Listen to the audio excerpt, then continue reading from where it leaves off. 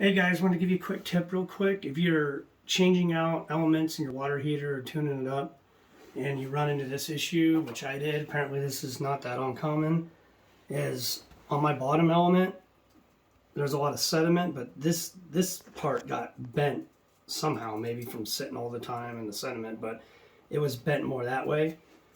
So when you went to pull it out, you're pulling it out of that small hole where the element goes.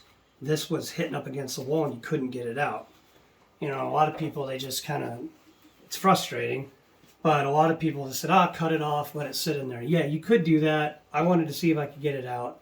So I just want to give a quick tip how I did it, and hopefully you can have the same success if you want to try it. But I just got a wire coat hanger and I put vice grips on the end so I had leverage. And you're working in a small element hole, so it's a pain in the butt, but you can use a headlamp to try to get light in there to see. Or if you're changing out the anode, I'm doing the whole thing, just renewing it.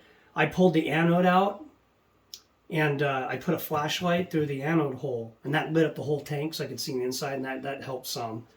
But what I did is I pulled this part way out and I turned it so this was on top, and then I took a coat hanger with a hook on the end and I fished it through the bottom like that, and then I fished it through the top just like that, and then I pulled it through just like this, and I was able to get this close to the hole. And then my needle noses, they weren't big enough to really get in there, but I used these surgical clamps. I used one of these to get in there and get this end and kind of pull it toward me a bit.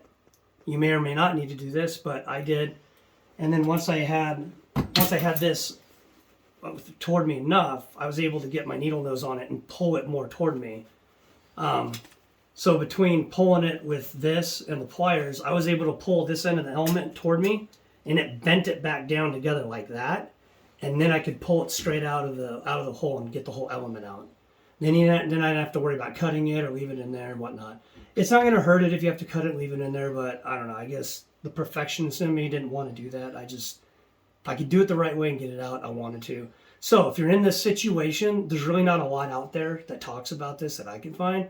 So I wanted to make this to hopefully help anybody out that's in this situation and trying to figure out what to do about it. All right, good luck. Thanks.